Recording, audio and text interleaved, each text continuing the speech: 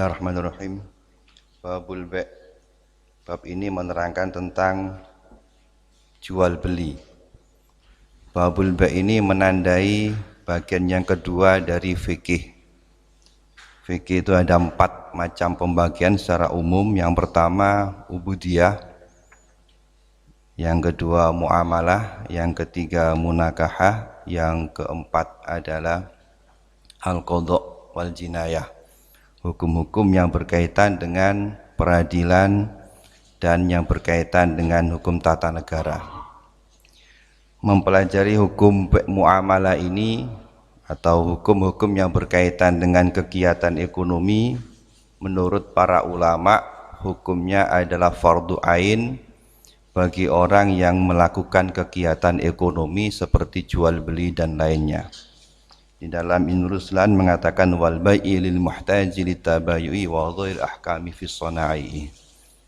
Bahkan Sayyidina Umar bin Khattab pernah melarang praktek jual beli yang ada di pasar kecuali bagi orang yang setelah belajar ilmu fikih. Dia mengatakan la yabi'u fi sukina illa man tafaqqah wa illa akala riba sya'a am aba. Oleh karenanya belajar ilmu muamalah ini hukumnya sama dengan belajar di dalam bab-bab ubudiyah, karena kita tidak akan terlepas dari kegiatan ekonomi seperti jual beli, sewa menyewa dan lain-lainnya. Dalam fikih muamalah selalu diawali dengan babul ba', karena al-ba' ini ummul muamalah. Pokok daripada muamalah itu induknya adalah jual beli. Al-ba' yang dimaksudkan dengan ba' jual beli secara bahasa adalah muqabalatu syai'in bi syai'in. Mutlaknya muqabalah sesuatu dengan sesuatu. Muqabalah itu berbanding. Sesuatu berbanding sesuatu. Baik sesuatu yang berbanding itu bernilai harta atau tidak bernilai harta. Sebagaimana banyak digunakan di dalam Al-Qur'an, misalnya innal ulaika alladzina ishtarawud dhalalata bil huda. Jadi sesuatu yang berbanding dengan sesuatu yang lain itu namanya ba' muqabalatu syai'in bi syai'in. Misalnya saling anjang sana juga dikatakan ba' lughatan secara bahasa. Tetapi yang dimaksudkan jual beli secara syarak adalah muqabalatu malin bimalin ala wajhin makhsusin. Mal, benda yang bernilai harta berbanding dengan benda yang bernilai harta dengan cara-cara yang sudah diatur di dalam ilmu fikih. Ta'rif ini adalah salah satu ta'rif umum yang disampaikan oleh ulama. Namun sebagian ulama menyatakan ta'rif wa syar'an muqabalatu malin bimalin ala wajhin makhsusin. Ta'rif ini ta'rif yang kurang sampurna karena belum dapat memberikan pengertian yang gamblang mengenai jual beli. Karena singkat sekali, muqabalatu malin bimalin ala wajhin makhsusin. Menurut sebagian ulama, ta'rif jual beli yang mendekati sampurna adalah aqdu muawadatin maliyatin yufidu atau yaktadi milka ainin au manfaatin ala dawam. Sebagian ulama menambah lagi la ala wajhil kurbah. Jadi yang dikatakan jual beli, ta'rif yang paling mendekati sampurna sehingga mudah dipahami adalah yang dikatakan jual beli itu adalah pertama adalah aqdu muawadatin. Yang pertama adalah akad. Maka jual beli itu sebenarnya adalah transaksi. Apa yang dikatakan akad? Akad itu adalah secara bahasa adalah robtu, ikatan. Jika dikaitkan dengan muamalah, yang dimaksud akad itu adalah transaksi, ikatan antara akid pihak pertama dengan akid pihak kedua. Di dalam jual beli berarti harus melibatkan akiden, 2 orang yang berakad, yaitu baik dan mustari. Oleh sebab itu Akad B ini atau hal-hal yang bersifat akad pasti melibatkan dua pihak, karena tidak bisa dikatakan ikatan kalau hanya satu pihak. Misalnya dalam jual beli, maka bukan dikatakan jual beli kalau ada satu pihak saja, ada bae, tidak ada mustari, maka bukan jual beli. Atau sebaliknya, ada mustari, tidak ada bae, maka bukan jual beli. Dengan demikian, praktek-praktek transaksi ekonomi atau maliyah yang tidak melibatkan dua pihak sebagai akiden tidak dapat dikatakan sebagai akad. Misalnya seperti kalau kita di bandara ada kotak yang berisi bermacam-macam minuman, lalu kita masukkan koin ke dalamnya, keluar minuman. Praktek seperti ini tidak bisa dikatakan sebagai akad, karena tidak ada dua pihak. Pihak pertama mungkin saya, dalam gambaran umum mungkin saya dikatakan membeli dalam gambaran umum. Tetapi dalam istilah syar'i tidak bisa dikatakan praktek jual beli. Kenapa? Karena saya misalnya bertindak sebagai pembeli, bermaksud membeli minuman yang dalam kotak itu. Lalu saya masukkan. Nah, yang jual siapa? Kan tidak ada. Maka ini tidak memenuhi prinsip yang disebut dengan akad. Karena akad adalah ikatan, ikatan pasti melibatkan dua pihak. Kalau satu pihak tidak mungkin diikat. Dengan demikian maka rukun daripada jual beli yang pertama adalah akid atau pelaku akad yang berisi dua orang atau dua pihak yang disebut dengan bae sebagai penjual, yang kedua adalah pembeli, mustari sebagai pembeli. Nah, kesepakatan dua pihak ini kemudian diutarakan dalam bentuk transaksi. Kalimat yang diutarakan dalam transaksi itu disebut dengan syarat. Oleh sebab itu akad itu pertama harus terdiri dari dua orang, dua pihak yang saling berakad. Yang kedua, kesepakatan dua pihak ini harus didasarkan pada kesepahaman antara pihak satu dan pihak yang kedua. Kalau pihak satu kedua memiliki paham yang berbeda, maka bagaimana mungkin terjadi sebuah ikatan? Misalnya, pihak pertama bermaksud melakukan transaksi jual beli, sementara pihak yang kedua bermaksud melakukan akad yang lainnya, maka bukan dikatakan sebagai akad karena tidak ada kesepahaman. Sebab yang namanya ikatan harus dilandaskan pada kesepahaman. Misalnya seperti dalam praktek, nanti di belakang kita akan membahas tentang masalah akad nakluliyat. Nakluliyat itu artinya ketika objek yang diperjualbelikan itu, yang bermaksud akan diperjualbelikan itu adalah benda najis, dalam hukum fikih tidak boleh diperjualbelikan. Nanti akan kita bahas. Para ulama kemudian memberikan solusi. Kalau diperjualbelikan tidak boleh, tetapi kalau nakliyat itu boleh. Nakliyat itu maknanya mengalihkan kekuasaan. Misalnya, saya menguasai satu karung kotoran sapi. Kalau kotoran sapi ini saya jual, maka tidak sah karena benda yang najis. Agar supaya bisa beralih kekuasaan ini dan saya mendapatkan imbalan, kata para ulama, caranya lakukan dalam transaksi namanya nakliyat.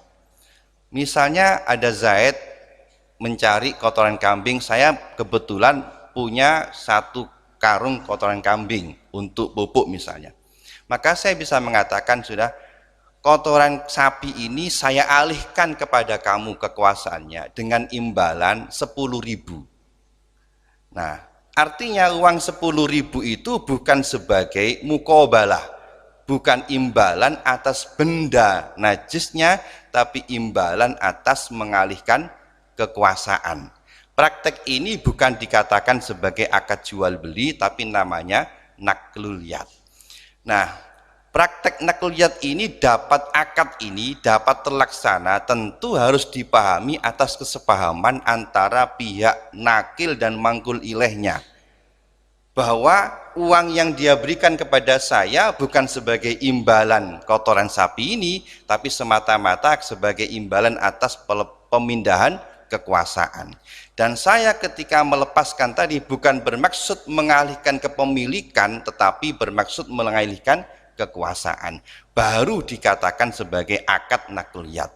Tetapi kalau pelaku pihak pertama dan pihak kedua memiliki paham yang berbeda, misalnya saya pernah baca di Fathul Mu'in, di Bajuri, oh kalau jual celetong itu tidak sah, caranya nakliyat.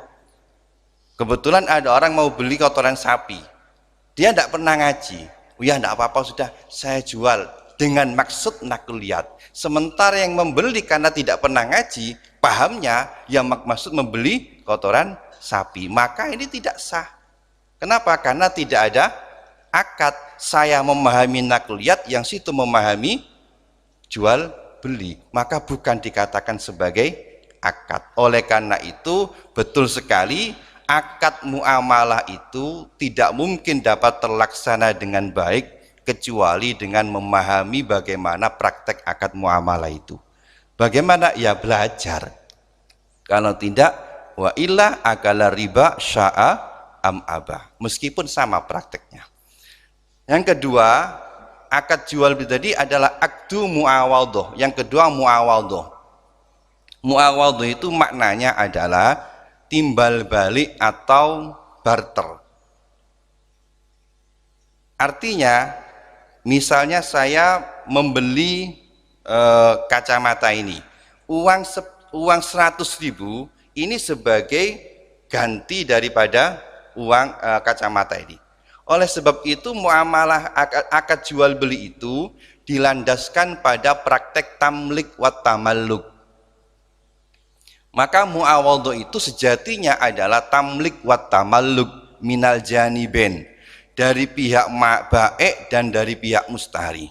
Dari pihak baik mengalihkan kepemilikan mabek kepada mustari, kemudian mustari mengalihkan kepemilikan saman kepada baik. Itu tamlik.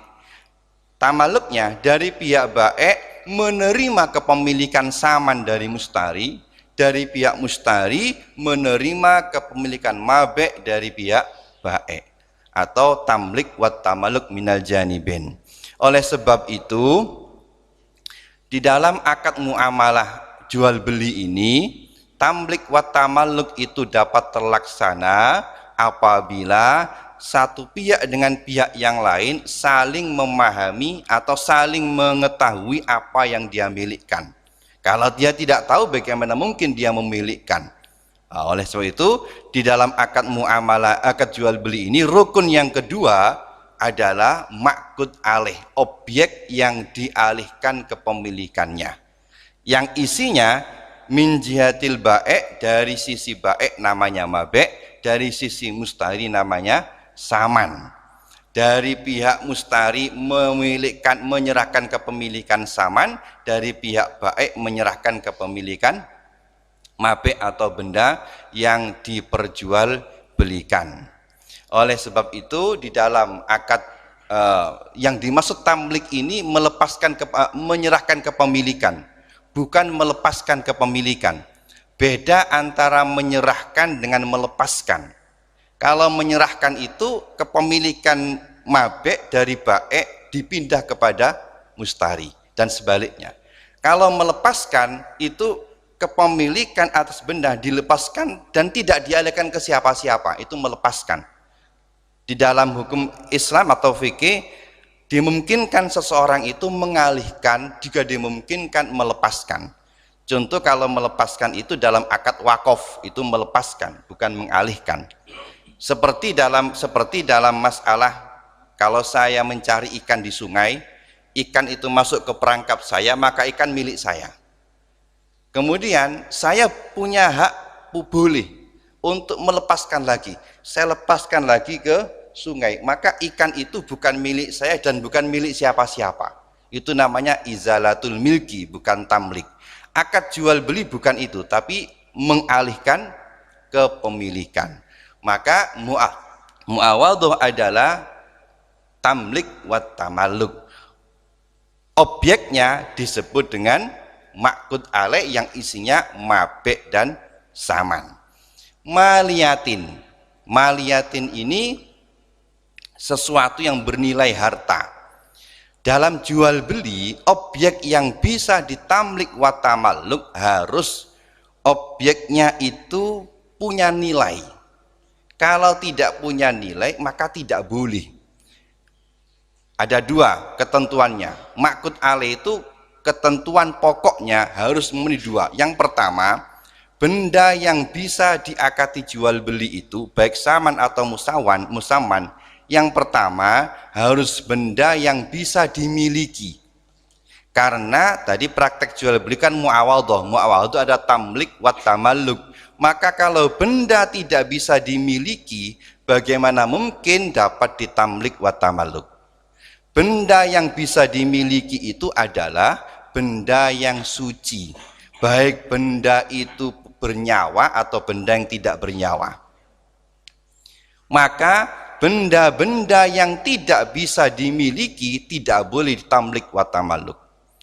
Di dalam ketentuan hukum Islam, benda itu tidak semuanya bisa dimiliki. Ada benda itu bisa dimiliki, ada benda tidak bisa dimiliki tapi bisa dikuasai. Ada benda yang tidak bisa dimiliki dan tidak bisa dikuasai. Benda yang bisa dimiliki adalah benda baik bernyawa atau tidak bernyawa yang suci. Itu bisa dimiliki. Yang kedua, ada karena benda itu tidak bisa dimiliki tapi bisa dikuasai. Seperti benda najis. Benda najis itu dimiliki tidak bisa, tapi bisa dikuasai. Apa beda milik sama kuasa?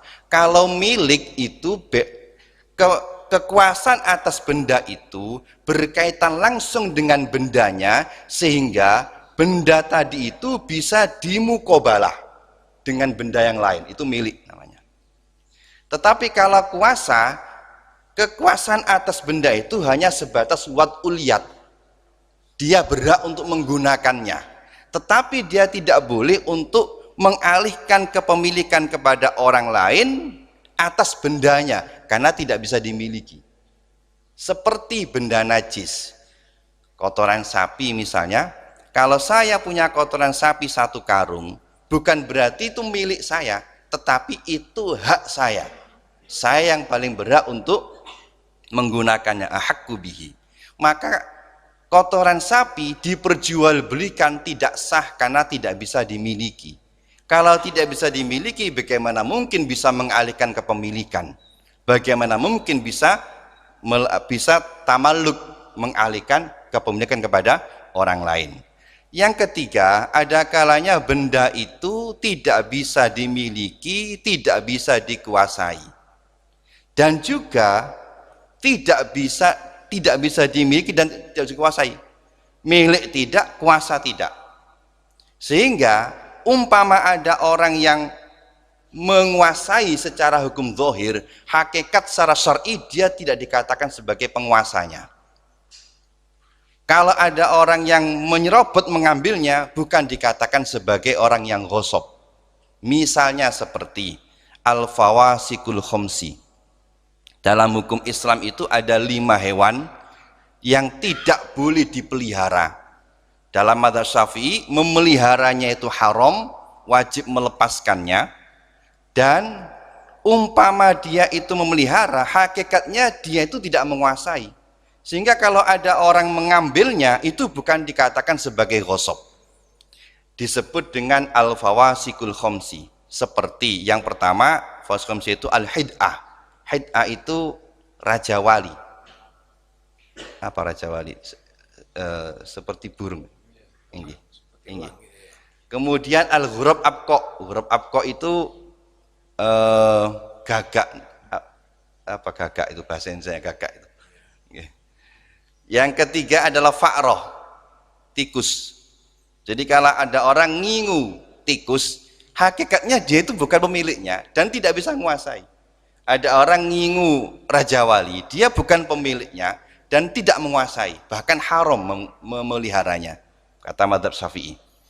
Yang keempat adalah hayyah, ular dengan segala macam jenisnya. Nah ini sekarang kan banyak diperjualbelikan ular.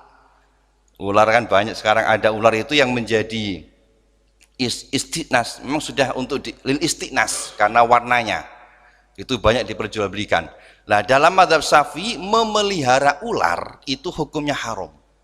Karena termasuk fawasikul khamsi, dan memang disunnahkan, Rasul mensunnahkan untuk membunuh ular dimanapun berada, tetapi ba'dal indar wal adzan, setelah diindar dulu baru sunat dibunuh. Maka kalau ada orang ngingu ular, memelihara ular, hakikatnya secara hukum syar'i dia itu bukan pemiliknya dan bukan penguasanya. Artinya umpama saya ambil, saya tidak dikatakan sebagai pencuri dan tidak bisa dikatakan sebagai orang yang gosop. Tapi urusan ditangkap hansip ya jangan tanya saya nanti. Tapi secara hukum syar'inya, karena tidak bisa dimiliki dan tidak bisa dikuasai, bahkan dia harus melepaskannya dan sunat dibunuh ba'dal indar. Yang kelima adalah al-kalbul akur. Kalbun akur itu anjing yang tidak mu'allam lisaid istiyat wal hirosah, anjing yang tidak dilatih untuk berburu dan menjaga. Karena memelihara anjing itu ada keringanan, boleh lil istiyat wal hirosah, selain itu tidak boleh. Maka dan sunat dan termasuk hewan yang pengganggu, yang fawasikul khamsi, maka tidak boleh dimiliki, tidak bisa dimiliki dan tidak bisa dikuasai. Nah, di dalam kaitan jual beli, karena tadi tamlik wa tamalluk, hakikat jual beli itu tamlik wa tamalluk, maka harus dari golongan yang pertama tadi, benda yang bisa dimiliki. Kalau dimiliki pasti bisa dikuasai. Maka benda yang tidak bisa dimiliki, apalagi benda yang tidak bisa dikuasai sama sekali, tidak sah untuk diperjualbelikan. Yang kedua, harus satu bisa dimiliki, ini syarat pokoknya. Yang kedua, maliyah itu adalah maksudnya benda yang bisa dimiliki dan punya nilai. Tidak semua benda yang bisa dimiliki itu punya nilai. Terkadang ada benda dimiliki bisa tapi tidak bernilai. Nah, tidak bernilai itu ada dua macam sebabnya. Ada kalanya sama sekali tidak dapat dimanfaatkan, atau justru membahayakan, atau karena sedikit sekali, atau punya manfaat tapi tidak dianggap oleh syara, itu tidak bernilai. Misalnya seperti satu biji gandum atau satu biji beras. Satu biji beras itu ada manfaatnya sebenarnya, dimakan bisa, tapi tidak ada nilai. Kenapa? Karena sedikit. Kalau dikumpulkan satu kresek baru punya nilai. Tapi kalau hanya satu biji maka tidak bisa. Beras satu biji ini dimiliki bisa karena suci bendanya, bahkan bermanfaat. Tapi saya perjualbelikan tidak sah. Kenapa kok tidak sah? Karena tidak punya nilai. Kenapa harus punya nilai? Karena prinsip jual beli tadi muawadhah, yakni tamlik wa tamalluk. Tamlik wa tamalluk itu adalah muqabalatu syai' mal bimalin. Maka benda yang diperjualbelikan itu harus punya nilai sehingga layak untuk ditukar dengan benda yang lainnya. Kalau tidak punya nilai maka tidak sah untuk diperjualbelikan, seperti satu biji gandum. Atau punya nilai tapi tidak dianggap syar'i. Misalnya manfaatnya itu manfaat yang mukhalafah syar'i, menyalahi ketentuan syarak, seperti alatul malahi, maka tidak sah hukumnya. Kenapa? Meskipun punya nilai, punya manfaat, tapi nilai dan manfaat itu menyalahi ketentuan syarak, maka tidak sah diperjualbelikan. Dan benda yang dipunya nilai ini tidak harus antara uang dengan benda yang lainnya. Tidak harus antaranya. Dari pihak mustari adalah benda yang menjadi alat tukar jual beli yang sah, yang dari pihak mabae benda yang bukan alat tukar jual, tidak harus. Meskipun dua-duanya itu bukan salah satunya itu bukan uang, boleh, tidak apa-apa, itu namanya jual beli. Jadi jual beli itu muawadhah itu secara umum mal, baik salah satunya berupa uang atau dua-duanya berupa uang atau dua-duanya bukan berupa uang, itu namanya jual beli. Kalau dalam istilah kita barter, misalnya saya punya beras 1 kilo, saya tukar dengan sarung, itu barter namanya, jual beli namanya, karena sarung dimukobalah tamlik watamalluk dengan beras. Saya punya baju, saya tukar dengan sarung, yang namanya jual beli. Jadi jual beli tidak harus dari pihak pembeli pakai uang, pihak penjual pakai benda, tidak harus. Oleh sebab itu yang perlu diperhatikan, seringkali kita itu tukar makanan, ijol-ijolan panganan, itu tidak boleh, karena itu jual beli, dan makanan itu tergolong benda ribawi yang harus ada syaratnya. Misalnya saya baru datang undangan dapat berkat, teman saya juga punya berkat, ditelok kok gak patik cocok iwae, saya nggak begitu suka kambing misalnya, teman saya seneng kambing, kebetulan berkatnya itu ikannya ikan daging sapi, ijol berkati, lu ijol itu namanya jual beli. Ijol ini kebetulan objek yang diperjualbelikan adalah makanan. Nah nanti kita bahas dalam bab riba, ada aturannya ketat, yang intinya makanan yang sudah matang jadi kalau ditukarkan itu pasti tidak memenuhi persyaratan ribawi dan tergolong praktek riba yang hukumnya dosa, yang menurut Ibnu Hajar Al-Haytami minal kabair, bukan shaghair. Jadi ini sering kita tidak perhatikan, kan saya tidak menjual, yaitu namanya menjual dalam hukum Islam. Teman saya punya kerupuk, saya punya kerupuk, ijol kerupuk, maka tidak boleh. Saya punya kopi, teman saya punya teh, kopi ijol karo teh, tidak boleh, hukumnya haram, bahkan tergolong dosa besar. Kenapa? Itu adalah ribawi yang tidak memenuhi persyaratan. Kenapa kok karena tadi muawadhah, tamliku malin bimalin, tamlik wa tamalluk, antara mal dengan mal. Kemudian akdu muawadhatin malin itu untuk nugget dan untuk makanan ya. Ini katakan riba itu untuk nugget dan makanan, tapi kalau selain itu nggak ada masalah kan. Ya, jadi untuk makanan sama makanan, untuk apa? Untuk nugget emas dan perak. Nah, untuk masalah duit ini yang satu jenis ada khilaf antara ulama. Tapi yang jelas nanti akan dibahas secara mendetail ada di masalah riba nanti insya Allah. Ini masih dalam ta'riful ba' ini. Jadi praktek ijol duit nih, ijol duit itu ya jual beli namanya itu. Jadi saya punya uang, saya punya uang 5.000, saya punya uang 1.000-an 5, tak ijol no, itu namanya jual beli yang harus memenuhi persyaratan jual beli. Maka nanti dalam bab riba akan kita bahas.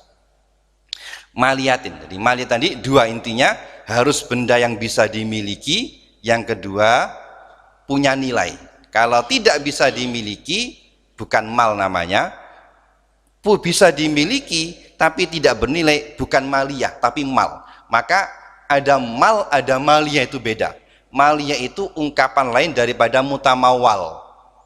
Jadi kalau mal itu mutlaknya mal, baik punyanya atau tidak punya nilai. Maka 1 biji gandum itu mal, tapi tidak mutamawal. Tapi kalau punya nilai namanya maliyah atau mutamawal. Yufidu milka ainin atau yaktadi milka ainin. Jadi akdu muawadhatin maliyatin.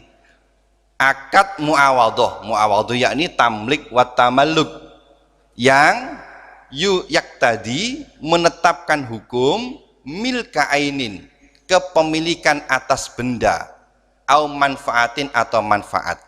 Ini artinya dalam akad jual beli ini objek yang diperjualbelikan yang disebut dengan ma'qud alaih, dari pihak baik namanya mabe', dari pihak mustari namanya saman. Maka dikatakan jual beli kalau ada objek ini. Kalau tidak ada ma'qud alaih maka bukan jual beli.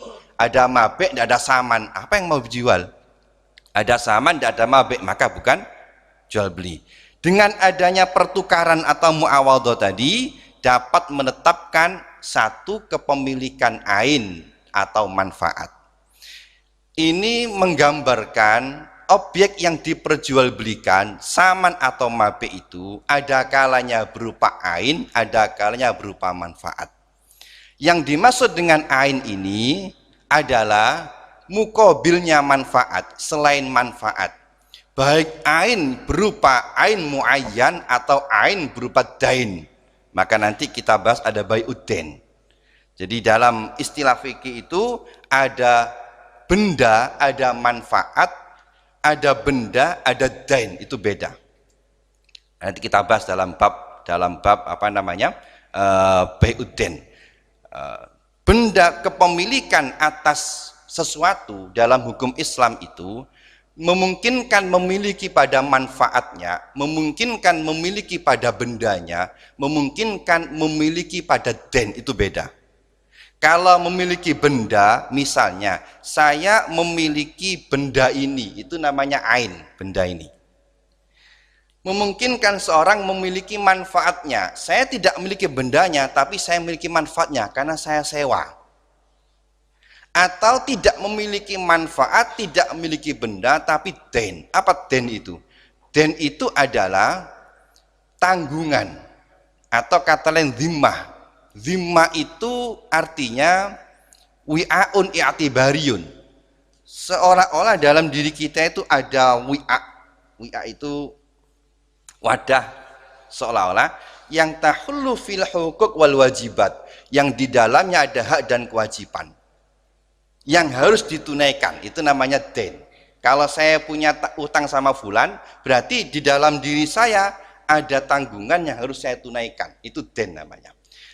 Den ini adalah amrun i'tibariyun, sesuatu yang abstrak, tidak kelihatan wujudnya, tetapi bisa dimiliki menurut mazhab Syafi'i.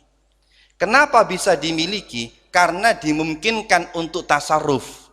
Sebab pengertian milik dalam mazhab Syafi'i itu sekiranya yumkin tasarruf, bisa tasarruf, itu milik. Buktinya apa? Dalam bab zakat. Di dalam bab zakat itu benda yang wajib dizakati itu harus benda yang bisa dimiliki. Baik berupa ain atau berupa den. Contohnya begini. Saya punya satu batang emas, bobotnya itu 0,5 kilo, 1 nisab sudah. Dihutang oleh Zaid, saya hutang emasnya. Maka begitu dihutang Zaid, kepemilikan benda emas ini beralih kepada Zaid. Dan saya memiliki piutang namanya, yang ada di Zaid untuk membayar 1,5 kilogram emas sebagai tanggungannya Zaid. Dalam mazhab Syafi'i, emas tadi ini wajib dizakati. Kalau sudah berlalu 1 haul ada di tangannya Zaid, Zaid wajib menzakati emasnya. Karena emasnya sudah miliknya Zaid, bendanya milik Zaid. Saya sebagai pihak yang memiliki piutang, saya juga wajib mengeluarkan zakat, bukan atas emasnya, tapi atas piutang berupa emas. Nanti kalau Zaid sudah nyaur, berlalu 1 haul, maka saya wajib menunaikan zakatnya. Ini bukti bahwa dalam mazhab Syafi'i, kepemilikan itu memungkinkan kepada benda atau den. Atau dengan kata lain, mal itu sesuatu yang bernilai itu tidak harus ain, tapi bisa berupa dain menurut mazhab Syafi'i. Oleh karenanya mazhab Maliki mengatakan ini aneh orang Syafi'i ini. Ada emas 1 dizakati 2 orang. Yang ngutangi wajib zakati, yang utang juga wajib zakat. Tadi karena beda pandangannya. Karena pandangan mazhab Syafi'i, milik itu sekira bisa tasarruf. Kalau den bisa tasarruf, apa tasarrufnya? Bisa saya bebaskan. Fulan punya hutang kepada saya, berarti hutang itu milik saya. Apa buktinya? Bebas dan tidak usah nyaur, boleh. Itu menunjukkan adanya milik.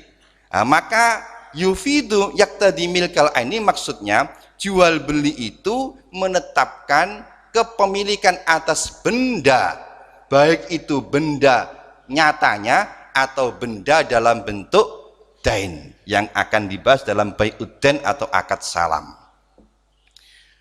Yang kedua, au manfaatin, atau manfaat. Tadi harta, mal itu ada kalanya ain, ada kalanya dan ada kalanya manfaat. Manfaat itu juga mal. Menurut mazhab Syafi'i, manfaat itu benda yang bisa punya nilai. Apa buktinya? Buktinya ada akad ijar.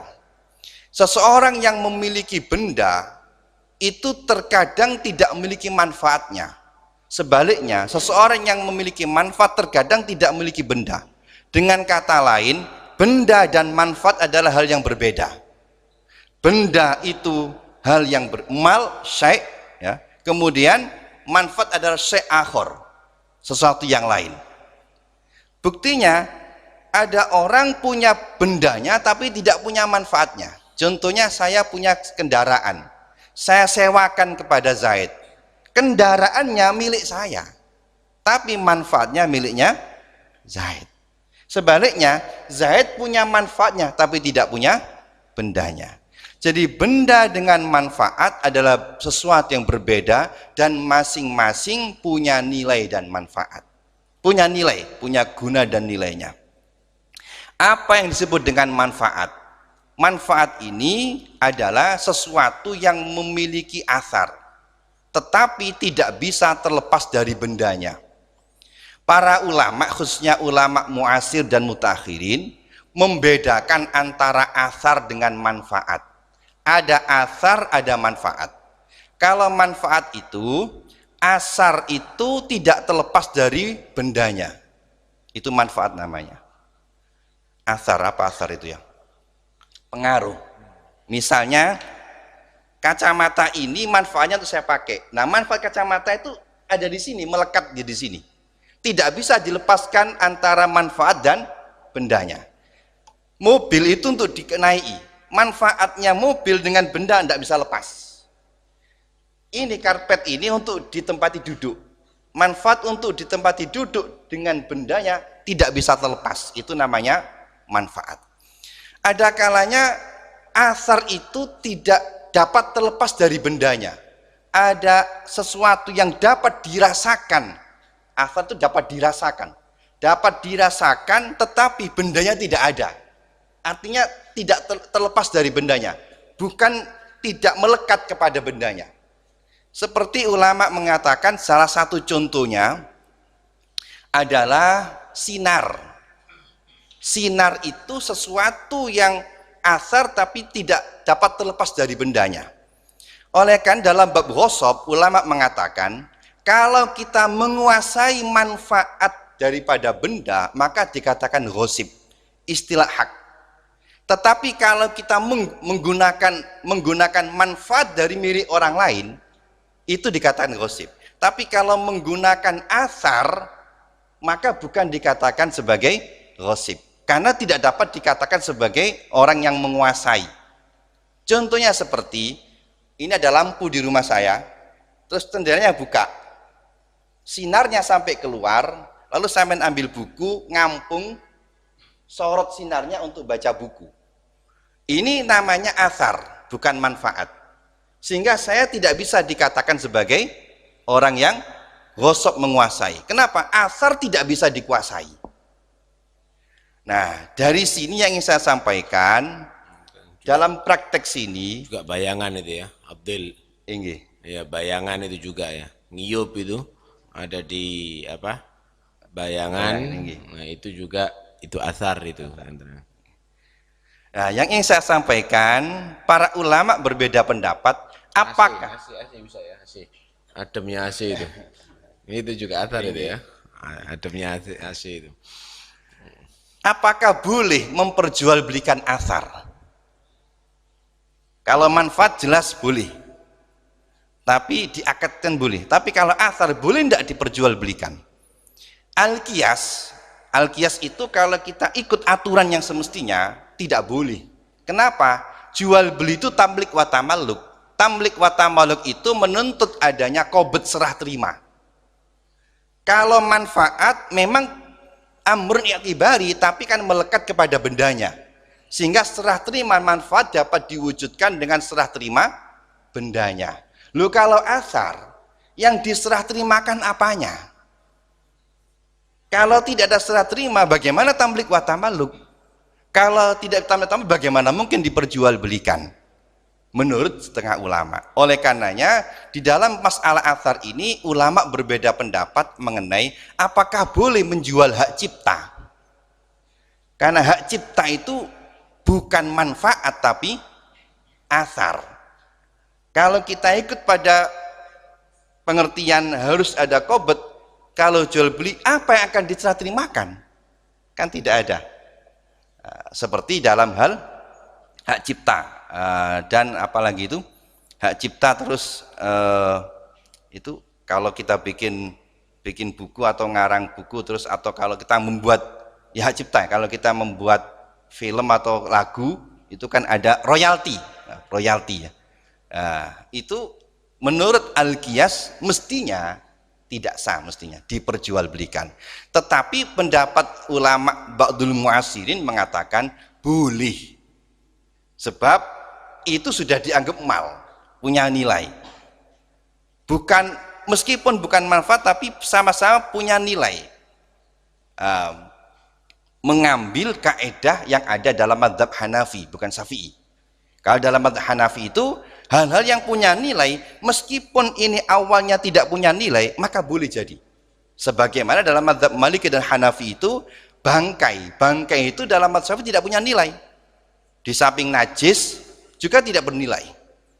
Tetapi dalam mazhab Hanafi dan Maliki memang awalnya tidak punya nilai, tapi kalau orang-orang sudah mengatakan ini punya nilai, ya maka boleh diperjualbelikan menurut sebagian ulama. Nanti kita bahas dalam syaratnya. Au manfaatin ainin au manfaatin ala dawamna. Yang terakhir ada qaid lagi la ala wajil kurbah, tapi ini untuk penyempurnaan. Sebagian tidak menambah. La ala wajil kurbah ini maksudnya muawadatu tamlik wa tamaluk itu tidak dilandaskan atas dasar akad tabarruk, akad berderma. Karena akad itu ada kalanya tabarruk, ada kalanya bukan tabarruk. Tabarruk itu derma. Tidak ada motivasi pamrih, tapi semata-mata untuk berbuat baik pada orang lain. Seperti mengecualikan akad qard. Akad qard itu akad utang piutang. Akad utang piutang itu sebenarnya takrifnya mendekati dengan jual beli, hampir sama. Ada praktek tamlik wa tamalluknya, ada praktek muawadhahnya, ada praktek maliyahnya. Utang itu saya punya uang 1 juta, teman saya butuh uang, saya pinjam uangnya apa atau utang uangnya saya kasihkan. Berarti saya memilihkan uang 1 juta kepada teman saya ini. Konsekuensinya dia wajib untuk membayar atau nyaur kepada saya uang 1 juta. Di sini berarti ada tamlik wa tamalluk, ada muawadhah. Tetapi dalam akad qard ini tidak dilandaskan kepada unsur maliyahnya, bukan pada unsur motivasi karena malnya, tapi karena didasarkan pada tabarruknya atau menolongnya. Dalam akad jual beli tidak. Jual beli ini tidak dilandaskan pada tabarruk, sehingga dalam akad jual beli itu dimungkinkan mabek yang diperjualbelikan itu punya nilai lebih tinggi atau lebih rendah, boleh. Ngambil untung itu boleh, dan itulah memang karakter dari jual beli. Karakter jual beli itu memang untuk profit, untuk ngambil untung. Maka ittijar itu adalah jual beli itu. Kalau saya punya benda sarung yang nilainya 10.000, saya jual 20.000, boleh, tidak apa-apa. Untungnya tidak ada batasan, berapapun untungnya. Kalau mau ada yang mau 1 juta, boleh, tidak apa-apa. Saya kulak barang harganya cuma 10.000, tak jual 1 juta, mau dia. Bukan tidak ada unsur penipuan, sah, tidak apa-apa. Hanya saja kata Imam Ghazali tidak baik, karena laba itu jangan sampai melebihi 1/3 daripada harga pokok, itu adabnya. Tetapi prinsipnya jual beli itu dilandaskan pada profit, bukan pada tabarruk. Mengecualikan akad hutang piutang. Kalau hutang piutang tidak boleh berlandaskan profit. Kalau profit yang namanya riba. Oleh karenanya antaranya ribal qard dengan B itu ada kemiripan. Dan memang sudah terjadi pada zaman jahiliyah. Itu sebabnya kenapa